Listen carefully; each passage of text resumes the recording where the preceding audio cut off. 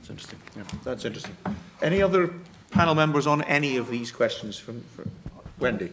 Well, there was the question about, is this time of austerity the time to be having the greatest radical reorganisation of the NHS in its 60-year history? And my answer to that is no, it is not. It's going to cost a lot of money. At the time that we're supposed to be saving all this money in the NHS, which, as I said this morning, could be saved easily by just getting rid of the market, at this time, when managers are supposed to be finding ways to save money by doing things better, to say that 45% of management costs have got to be saved over 3 years or whatever it is very likely to make their morale drop and make it almost impossible to get these things through, the efficiency savings. And I just think it is the wrong time, and it's the height of folly in my eyes. And I just wonder, is Lansley really trying to ruin the NHS? Yes, No. yes, No. absolutely. I personally don't think so. I don't know Andrew Lansley personally, but people, serious journalists like Michael White of The Guardian will tell you that he's absolutely not trying to ruin the NHS. He really believes in this. But then he's an ignorant idiot in that case. Well, he might or might not be, but I'm just giving my view of these matters. That in fact, you would, but I think I don't think I believe in conspiracy theory because I'm an academic, and it's an occupational hazard for me to try to avoid going to a conspiracy theory. But sometimes I surprise myself by going through the criteria for whether something's a conspiracy or not, and maybe it's even more worrying. On this occasion, I don't think it's a conspiracy. Just a cock-up.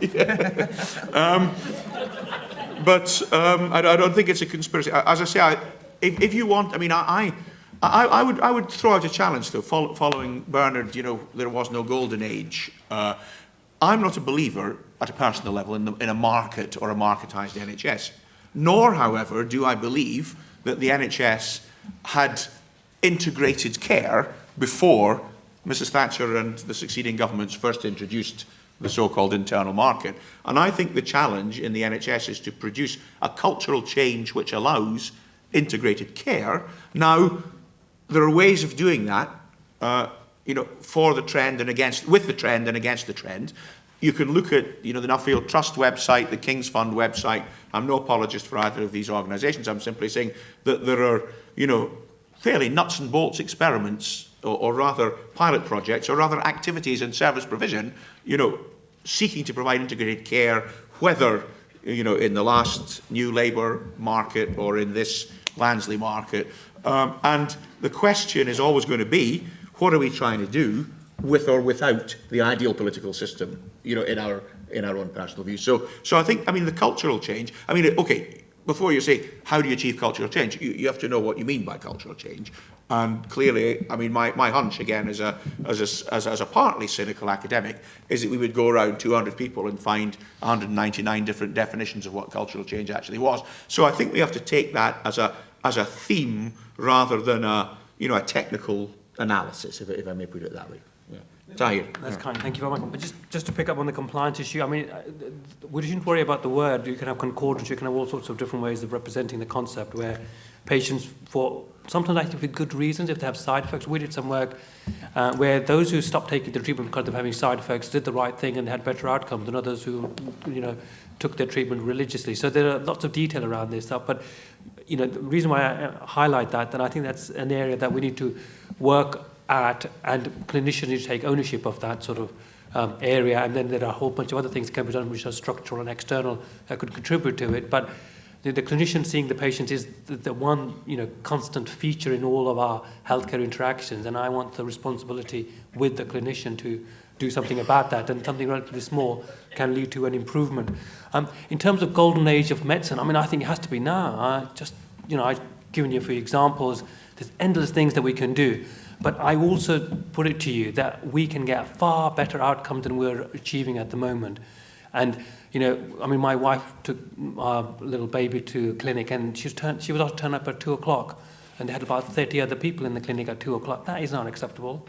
So there are lots of things that we can do better. The NHS, are all very fond of it. But there have to be certain changes. And if I bring you back to this business about patient outcomes, I think what we can do in terms of the medical intervention, surgical, whatever they are, they're just incredible. I mean, there's just so much that can be done, and we can actually substantially alter or stop or even reverse the pathological process in places.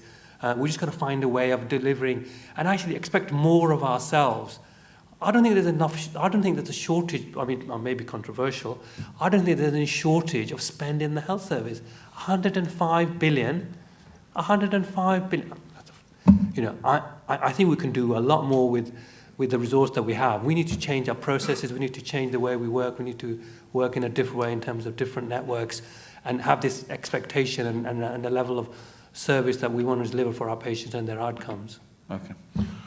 We're running out of time, but I don't want to cut it off summarily. So does anyone, I'll take 2 more points, and I just, as I saw, you know, maybe it's a bias against the back of the room, but this lady first of all, and then, oh sorry, well, I'll bring you in next.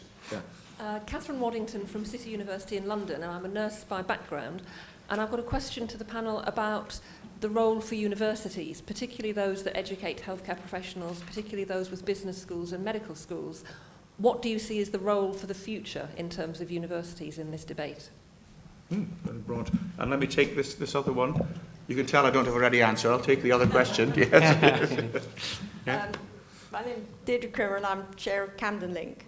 I'd like to ask about the panel about the consequence of, as I gather, the abolition of NICE, because NICE put an end to a system where there was a postcode lottery, which was obviously very, very controversial, didn't deliver uniform patient care over the country.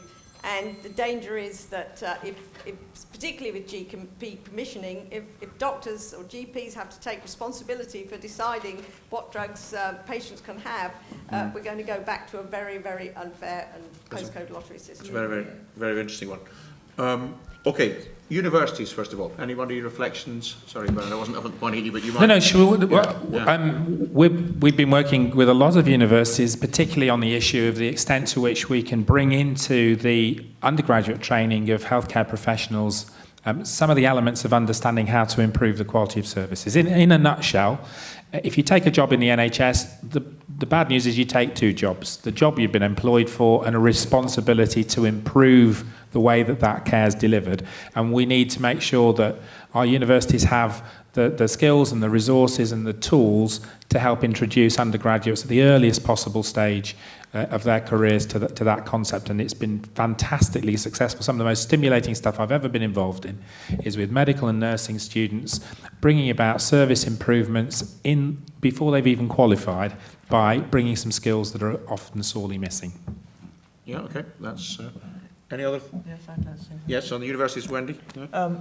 Well, I think the white paper's pretty silent about education, and I think it gets about 1 line in it. And one of the things in medical education that I find quite postgraduate education, this is this purchaser-provider split, which NHS London has been pursuing. All the deaneries have been told that they've got to do this.